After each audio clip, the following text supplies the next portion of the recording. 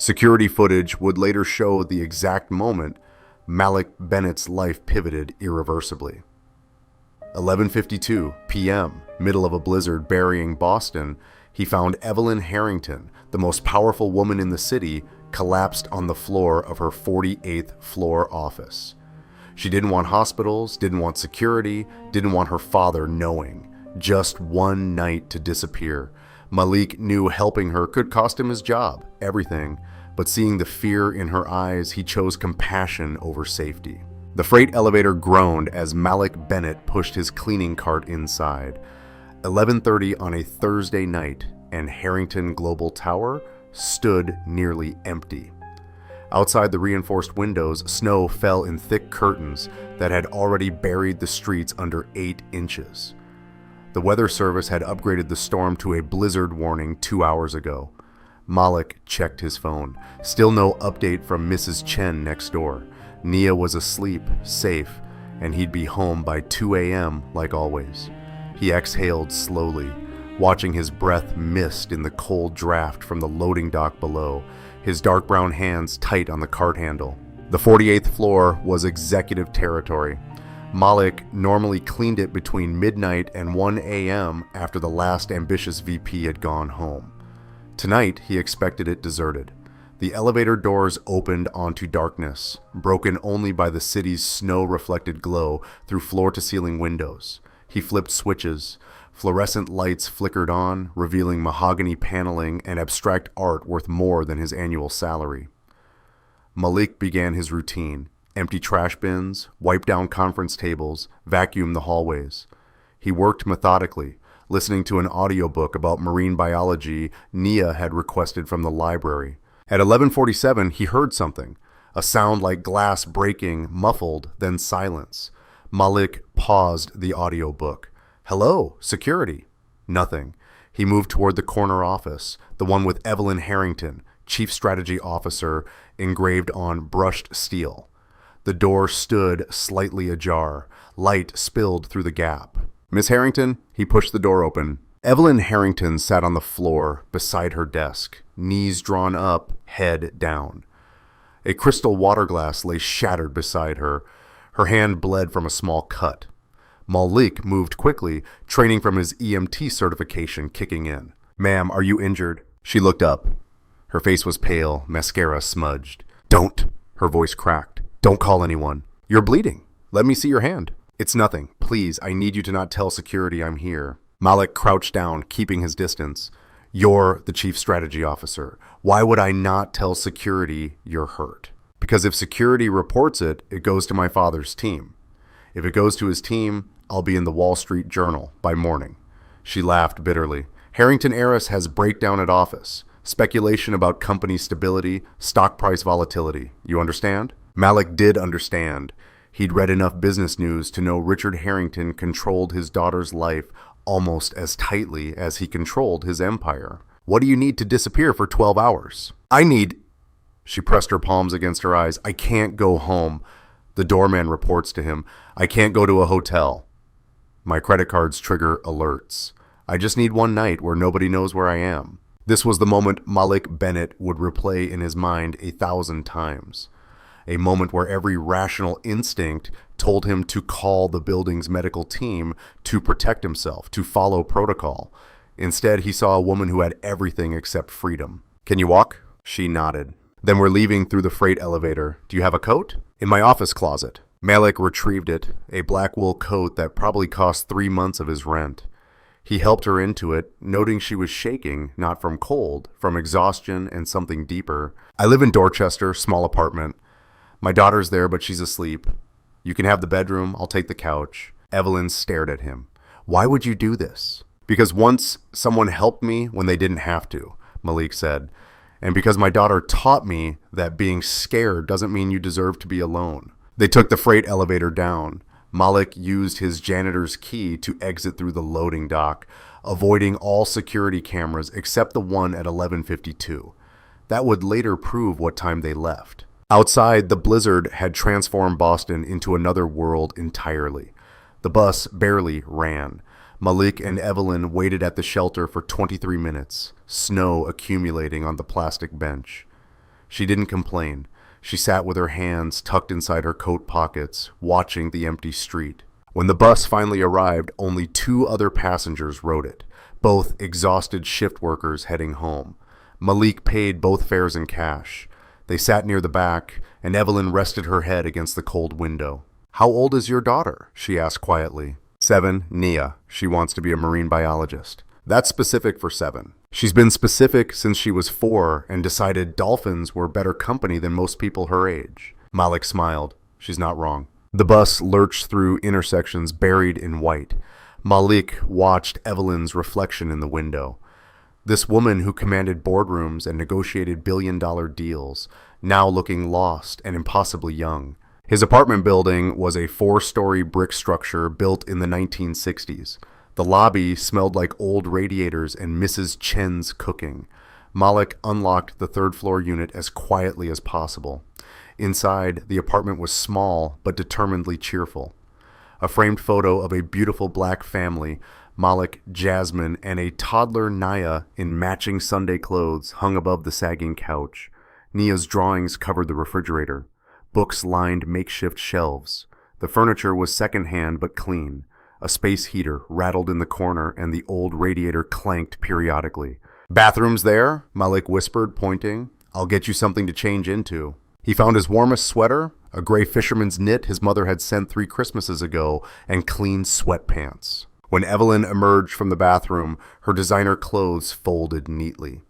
She looked almost unrecognizable in his oversized clothes. "You can have my room," Malik said, gesturing to the small bedroom off the living room. "Where will you sleep?" "Couch is comfortable. I fall asleep there half the time anyway." Evelyn walked to the refrigerator, studying Naya's artwork. One drawing showed stick figures labeled me, Daddy, and Mama in heaven. She traced it with one finger. "Her mother?" Evelyn asked softly. "Cancer 3 years ago. Jasmine was an elementary school teacher." Malik joined her, looking at the drawing. Nia barely remembers her face now, but she remembers her mother saying to her, "I'm sorry." "Me too." Evelyn turned to face him. In the dim light from the space heater's glow, she looked fragile and real in a way her office persona never allowed. "Thank you for this. I know it's insane. I know I'm basically a stranger who could destroy your life if anyone found out. But you won't," Malik said simply. "Because you understand what it costs to ask for help." She nodded, then walked to the bedroom, paused at the door. "Malik, when I leave tomorrow, I'll make sure you're protected. I promise. I didn't do this for protection. I know. That's why I'm promising." She closed the door. Malik stood in the living room, listening to snow hit the windows, wondering what he'd just done. Nia woke him at 6:47 a.m. by climbing onto the couch and announcing, "Daddy, there's a lady in your bed." Malik sat up quickly. "Good morning, Munchkin. Yes, there's a guest. She needed help last night. Is she sick?" "She's tired, very tired." Nia considered this seriously. She wore her reindeer pajamas and held her stuffed seal. "Walter, should I make her breakfast?" "You always say breakfast helps when people are sad." "That's very kind, but let's let her sleep." The bedroom door opened. Evelyn stood there in his sweater, hair loose, looking nothing like the woman from corporate portraits. She smiled tentatively at Nia. "Hello, you must be Nia." Nia studied her with the unfiltered assessment only children manage. "You have pretty hair. Are you sad?" "Nia," Malik started. "It's okay." Evelyn crouched down to Nia's level. "Yes, I was sad, but I'm feeling better now. Your dad helped me." "He's good at helping. He helped Mrs. Chen when her cat got stuck in the wall." Nia held up Walter. "This is Walter. He's a harbor seal. Do you know about harbor seals?" "I don't know very much about them. They're really smart, and they can hold their breath for 28 minutes. That's longer than I can hold mine." "Want to see?" "Maybe after breakfast," Malik interjected quickly. "Speaking of which, how about pancakes?" The 3 of them worked in the small kitchen. Malik cooked while Nia explained in extraordinary detail the difference between harbor seals, harp seals, and leopard seals. Evelyn listened with genuine attention, asking questions that made Nia beam. "Did you know some seals live under the ice in Antarctica?" Nia said. "They make breathing holes. They're so smart they remember where all their holes are, even when it snows." "That is smart," Evelyn said, "finding ways to breathe even when everything's frozen over." She caught Malik's eye across the table. He saw understanding there. She was talking about more than seals. They ate pancakes with maple syrup while snow continued falling outside. Nia chattered happily, and Evelyn relaxed degree by degree. She even laughed when Nia demonstrated her dolphin impression. This was the moment Malik would remember later. Not the drama, not the corporate intrigue, but this sunlight through winter windows, his daughter's joy, and a woman who'd forgotten how to simply be. "Can she come see the aquarium with us?" Nia asked suddenly. "We're going Saturday.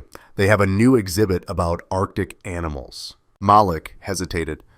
"Nia, Miss Harrington is very busy." "Actually," Evelyn said quietly, "I'd like that very much." Evelyn left at 9 a.m., calling a car service from a burner phone she'd bought months ago for reasons she didn't explain. Before she left, she gave Malik a number. "This goes directly to my assistant, Margaret. She's the only person I trust completely. If you need anything or if anyone asks questions about last night, call her." 3 days later, Margaret called him. "Mr. Bennett, Miss Harrington would like to invite you and Nia to lunch on Saturday before the aquarium visit. Her penthouse, 12:30. Is that acceptable?" Malik almost said no. Boundaries existed for good reasons, but Nia had talked about nothing but the nice lady who knows about seal-breathing holes for 3 days straight. "We'll be there." Saturday arrived cold and brilliant. Malik dressed Nia in her best dress, navy blue with white snowflakes. He wore his only suit, bought for Jasmine's funeral, and worn perhaps 5 times since. The penthouse occupied the top 2 floors of a building overlooking the Charles River. Margaret met them in the private elevator, a woman in her 60s with kind eyes and perfect posture. "Nia, I've heard wonderful things about you," Margaret said warmly. "Miss Harrington is very excited to see you." The elevator opened directly into the penthouse. Malik had expected cold minimalism. Instead, he found warmth. Cream-colored walls, soft furniture, bookshelves filled with actual books. Floor-to-ceiling windows framed the frozen river and snow-covered Cambridge beyond. Evelyn stood by the windows. She wore a cashmere sweater in deep blue and dark jeans. No corporate armor. She turned when they entered and her smile was genuine. "Nia, thank you. My home is really high up. Can you see the ocean from here?" "Not quite the ocean, but on clear days you can see Boston Harbor. Come look." Nia rushed to the windows. Evelyn pointed out landmarks while Malik stood awkwardly holding the small gift bag they'd brought, homemade cookies. Nia had insisted on baking. "Malik," Evelyn said, joining him, "thank you for coming. Nia wouldn't have forgiven me if I'd said no. And you? Would you have forgiven yourself?" Before he could answer, Nia called out, "There's a boat in winter. Don't they know water is freezing?" Lunch was simple: soup, sandwiches, fruit. Nothing intimidating for Nia, who talked enthusiastically about her school project on Arctic ecosystems. Evelyn listened like Nia was presenting to the United Nations. "I brought you something," Evelyn said after lunch, retrieving a wrapped package. "For your research?" Nia tore into it. Inside was a hardcover book, Arctic Marine Life, a visual encyclopedia. Nia gasped. "This is the one from the library, the one with the fold-out whale pages. Now you have your own copy." Nia threw her arms around Evelyn spontaneously. Over Nia's head, Evelyn met Malik's eyes. He saw vulnerability there and wonder, as if she'd forgotten what uncomplicated affection felt like. They took Evelyn's car, a dark sedan driven by a professional but friendly driver named James. Nia sat in the back between Malik and Evelyn, reading her new book aloud. The New England Aquarium rose at the harbor's edge, its distinctive cylindrical shape familiar from countless field trips. But today felt different. Margaret had arranged a private tour with Dr. Hannah Lee, the aquarium's head of Arctic research. Dr. Lee was a woman in her 40s with enthusiasm that matched Nia's. She led them through employee-only areas, explaining research projects in terms Nia could grasp while including details that made Malik realize how much care went into this tour. "We're studying how warming waters affect seal hunting patterns," Dr. Lee explained, showing them monitoring data. The seals have to adapt constantly. Some populations are getting creative, using new ice formations, changing migration routes, like the breathing holes, Nia said, finding new ways to survive. Exactly like that. They visited the penguin colony where Nia asked questions that made Dr. Lee laugh with delight. They touched tide pool animals under careful supervision. They stood before the giant ocean tank, watching sea turtles glide past. Malik found himself standing beside Evelyn in the blue glow of the tank. She watched Nia press her hands against the glass, face radiant with wonder. "She's extraordinary," Evelyn said quietly. "She is. Even when I'm exhausted and worried about bills and whether I'm doing any of this right, she reminds me what matters." "You're doing everything right." "You don't know that. I know you raised someone who sees wonder instead of fear. That's not luck. That's intentional love." Malik turned to look at her. In the aquarium's dim blue light, she looked younger, less guarded. "Evelyn, what are we doing?" "I don't know," she admitted. "I've spent my whole life knowing exactly what I'm doing. Every decision calculated, every relationship strategic. And then I met someone who helped me without wanting anything, and his daughter who talks about seals like they're magic. And she paused. "I don't want to calculate this." Before Malik could respond, Naya ran over. "Dr. Lee says I can email her questions. She gave me her card. Look." That evening, after they dropped Evelyn home and Nia had fallen asleep clutching her new book, Malik sat in the dark living room. His phone buzzed. "Evelyn, thank you for today. I haven't felt this human in years." "Malik, you're welcome." Naya loved every second. A pause, then, "Evelyn, what about her father?" Malik smiled. Malik, he did too. Another pause, longer. "Evelyn, I write poetry sometimes, winter poems. I've never told anyone that." Malik, "I'd like to read them someday." Evelyn, "Someday soon." The summons came on the Tuesday. Malik was cleaning the 14th floor when his supervisor approached, a nervous man named Dennis, who'd worked at Harrington Global for 20 years. "Malik, HR wants to see you. End of shift." Malik's stomach dropped. "Did I do something wrong?" "They didn't say. Just said it's routine." Dennis wouldn't meet his eyes. The HR office was on the 22nd floor. Malik had never been there. A woman named Patricia Keene sat behind a desk, her expression professionally neutral. "Mr. Bennett, thank you for coming. This is just a routine conversation about company policies, specifically our fraternization guidelines." Malik kept his face carefully blank. "I'm familiar with them." "Good.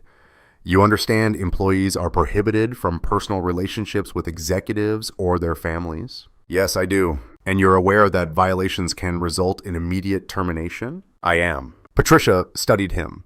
"Have you had any personal contact with members of the Harrington family?" This was the trap. Lie, and they'd have proof of dishonesty if they already knew. Tell the truth, and he'd be fired.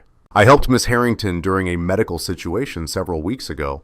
Since then, we've had limited contact related to my daughter's interest in marine biology." "Define limited contact." 2 meetings, 1 lunch, 1 aquarium visit, all with my 7-year-old daughter present." Patricia made notes. "And Miss Harrington's interest in marine biology is what exactly?" "She's interested in my daughter's interest." "I see." The interview continued for 20 minutes. Each question carefully phrased, each answer a tightrope walk. Finally, Patricia set down her pen. "Mr. Bennett, I want to be clear about something. Harrington Global takes these policies very seriously. The power dynamics between executives and staff make any relationship inherently problematic. Do you understand?" "Completely." "Good. That's all for now. You can return to work." Malik left the office with his hands shaking. Outside the building, snow had started falling again. He pulled out his phone. "Malik, they know. HR just interviewed me about fraternization policies." Evelyn's response came immediately. "Evelyn, I'm sorry. This is my father's doing." "Malik, are you in trouble?" "Evelyn, I'm always in trouble with him, but you shouldn't suffer for knowing me." "Malik, I knew the risks." "Evelyn, that doesn't make this fair." That night, Malik couldn't sleep. He lay on his couch, watching snow fall past the streetlights, wondering how Richard Harrington had found out and what would come next. The answer arrived faster than expected. The email came from Richard Harrington's office directly. Not HR, not a secretary. A meeting request for Thursday at 4 p.m. The location was the 70th floor executive suite. Malik told Dennis he had a doctor's appointment. He wore his funeral suit.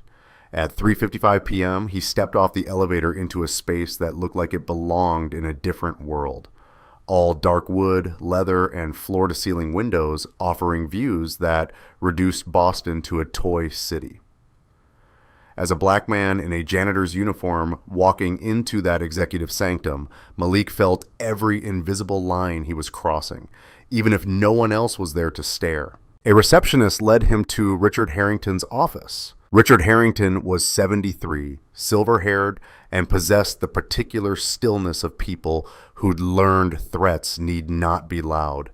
He stood by the window looking down at the city. He didn't turn when Malik entered. "Mr. Bennett, sit." Malik sat in a leather chair that probably cost more than his car. Richard turned finally. His eyes were the same gray-blue as Evelyn's, but cold where hers held warmth. "I've read your file. High school valedictorian, full scholarship to Northeastern, dropped out junior year when your girlfriend got pregnant. Married her anyway. Worked 3 jobs to support her through elementary education degree. She died of cancer. You're raising your daughter alone while working nights as a janitor, correct?" "Yes, sir." "You're also enrolled part-time at Bunker Hill Community College, Criminal Justice Program. 3.8 GPA. Planning to become a social worker?" Malik said nothing. "You're a good man, Mr. Bennett. Responsible, hardworking, exactly the kind of person who makes this city function." Richard sat behind his desk. "Which is why I'm going to make you an offer." He slid a folder across the desk. Malik opened it. Inside was a contract. "I'll pay off your student debt from Northeastern, $48,000. I'll establish a trust fund for Nia's education, enough for any college she chooses. I'll arrange a position for you in facilities management. $60,000 per year. Full benefits, day shift, so you can be home with your daughter at night." Malik read through the contract slowly. Everything Richard promised was there, legally binding and extraordinarily generous. "What's the condition?" "You end all contact with my daughter immediately, completely. You don't call her. You don't text her. If you see her in the building, you pretend she's a stranger. If Nia asks about her, you explain that sometimes friendships don't work out." Malik set down the contract. "You're buying me. I'm protecting my daughter from a mistake by treating her like property." Richard's eyes hardened. "Do you know what happens to people who get close to Evelyn? They want something. The environmentalist who dated her in college, he wanted funding for his nonprofit. The musician she met at a gala, he wanted a recording contract. The journalist who seemed so sincere, he wanted an inside track on corporate stories. Everyone wants something, Mr. Bennett." "I don't want anything from her." "Then you're either lying or naive. Let me explain how this works." Richard stood, moving to the window. "Evelyn has spent her entire life having to question whether people like her or like her last name, whether they see her or see her trust fund. She doesn't date, she doesn't make friends. She exists in a perfectly controlled environment where I've eliminated every variable that might hurt her. That's not living. That's existing in a cage. A cage that protects her from people who would destroy her for sport. I'm not those people." "No," Richard said quietly. "You're worse, because you're genuine. Because Evelyn believes in you. And when this ends, and Mr. Bennett, it will end, because our worlds don't mix, it won't be like the others. It will devastate her." Malik stood slowly. "You're not protecting her from me. You're protecting her from happiness because it scares you. Sign the contract, Mr. Bennett." The word hung in the air. Richard turned, surprise flickering across his face. "No. I won't teach my daughter that love can be bought and sold. I won't tell her that people from different worlds can't care about each other, and I won't abandon someone who trusted me just because her father writes a big enough check." "You'll lose your job." "Maybe, but I'll keep my integrity." "You think integrity pays for Nia's college?" "I think Nia would rather have a father who did the right thing than one who sold out for tuition money." Richard studied him for a long moment. Then, unexpectedly, he sat down heavily in his chair. He looked suddenly older, tired. "My wife was from Southie," he said quietly. "Eleanor. She worked as a secretary when I met her. Her father was a plumber. Her mother cleaned houses. My parents threatened to disown me if I married her." Malik sat back down slowly. "I married her anyway. Best decision I ever made. 43 years. She died 8 years ago, and I still turn to tell her things before remembering she's gone." Richard's voice was rough. "Do you know what destroyed our marriage?" "What?" "Me. My need to protect her from everyone who said she wasn't good enough. My constant vigilance against anyone who might hurt her. I built walls around her so high she couldn't breathe, and I'm doing the same thing to Evelyn." "Then stop." "I don't know how." Richard met Malik's eyes. "All I know is walls. And you, Mr. Bennett, are trying to tear them down. That terrifies me more than any corporate raider or hostile takeover ever could. Malik understood then this wasn't just about class or money. This was about a father who'd lost his wife and couldn't bear to lose his daughter to the messy, uncontrollable reality of human connection. I can't promise I won't hurt her, Malik said honestly. Nobody can promise that, but I can promise I'll try my best, and I can promise that whatever happens between us, it's real. Richard was silent for a long time. Finally, he spoke. The job offer stands. Not as payment, as an opportunity. You're overqualified for janitorial work, and Nia deserves a father who's not exhausted all the time. Take it or don't, but it has no conditions attached. Why would you do that? Because Eleanor would have liked you, and because maybe I'm tired of being afraid. Malik left the 70th floor in a daze.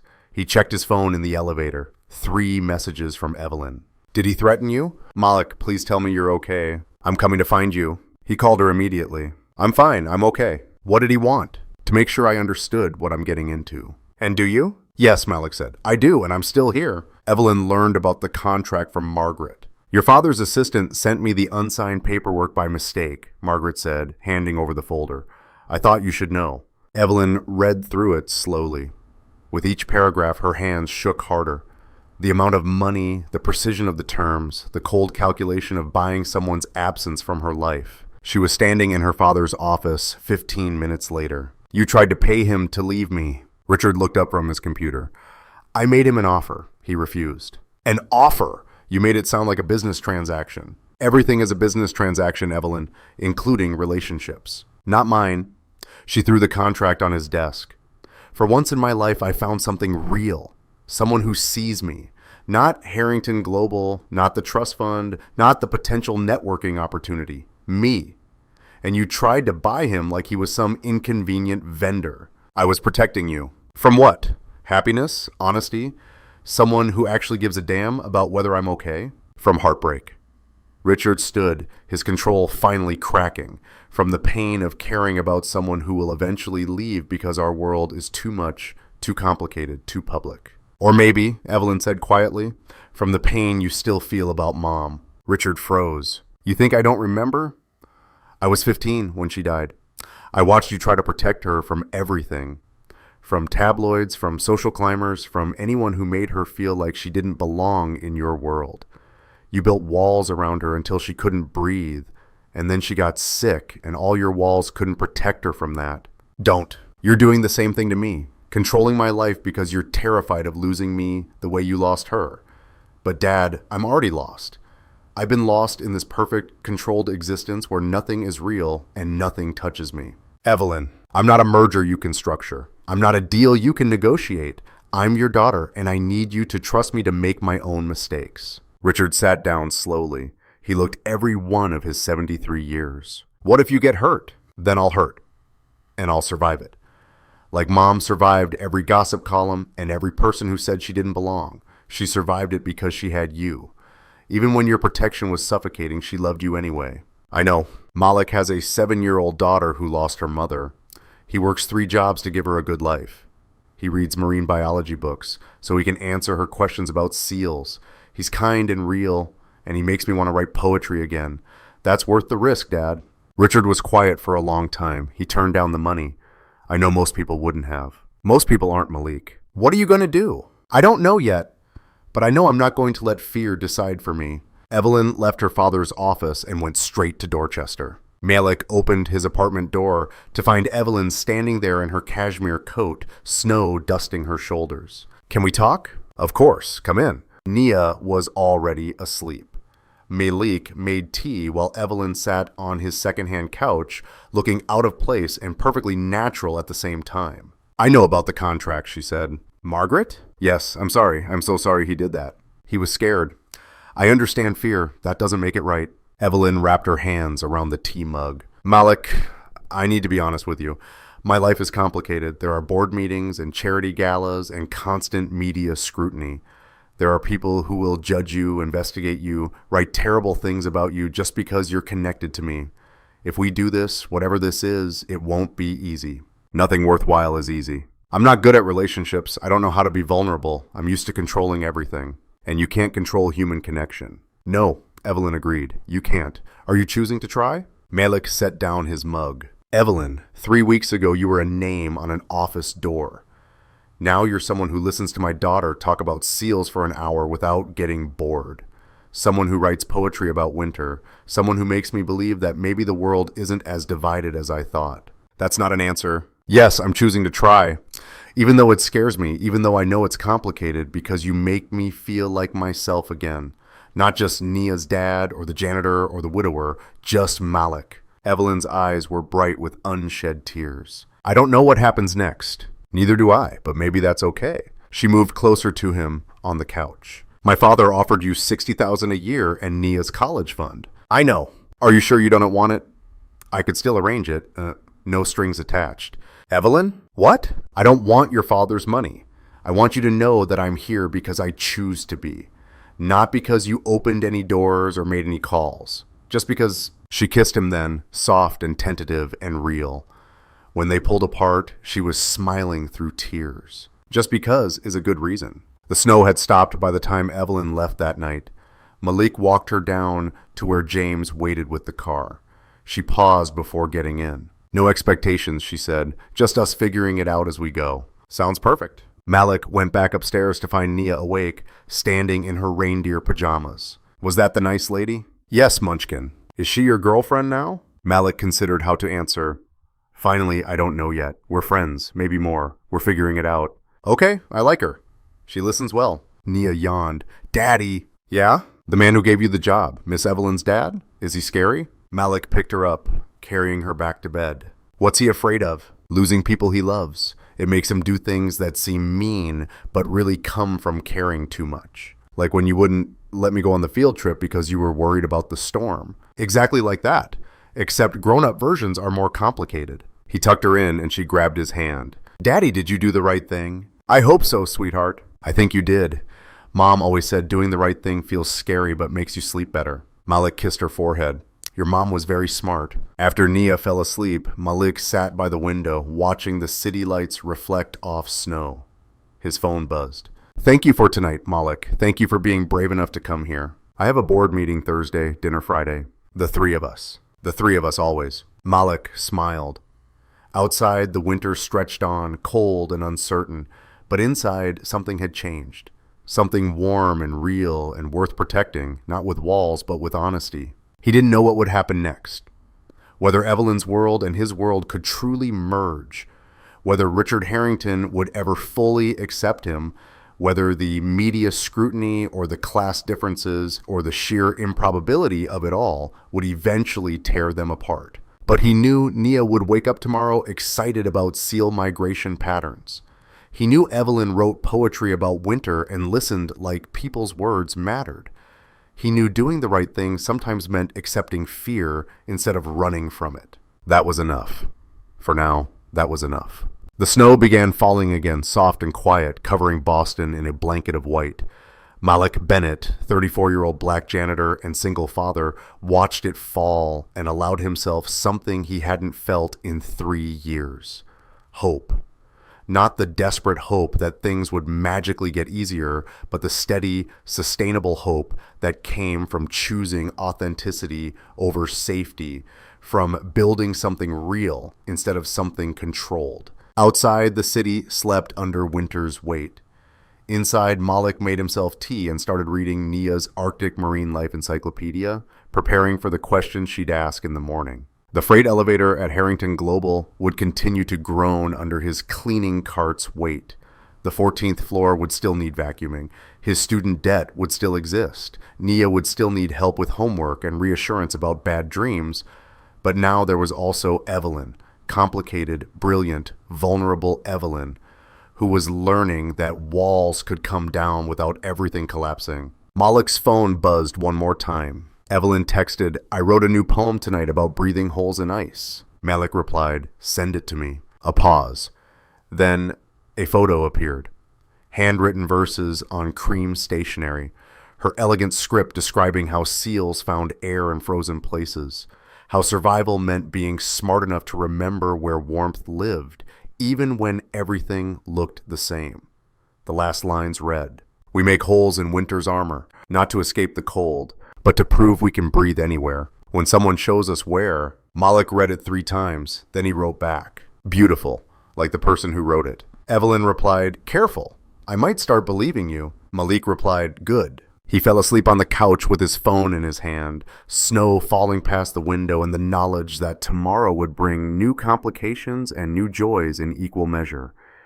But tonight there was just this, the quiet satisfaction of choosing compassion over comfort, of seeing another person's fear and meeting it with gentle honesty, of believing that class differences and power imbalances and all the practical reasons people said things wouldn't work didn't have to be final answers. They were just weather, and Malik Bennett had learned long ago how to survive storms. Outside, Boston slept under 15 inches of new snow.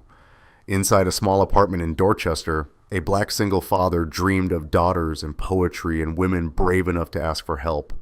While in a penthouse overlooking the Charles River, a billionaire's daughter wrote verse about breathing holes and wondered if she'd finally found someone willing to help her remember how to surface. The winter wasn't over. It was never really over.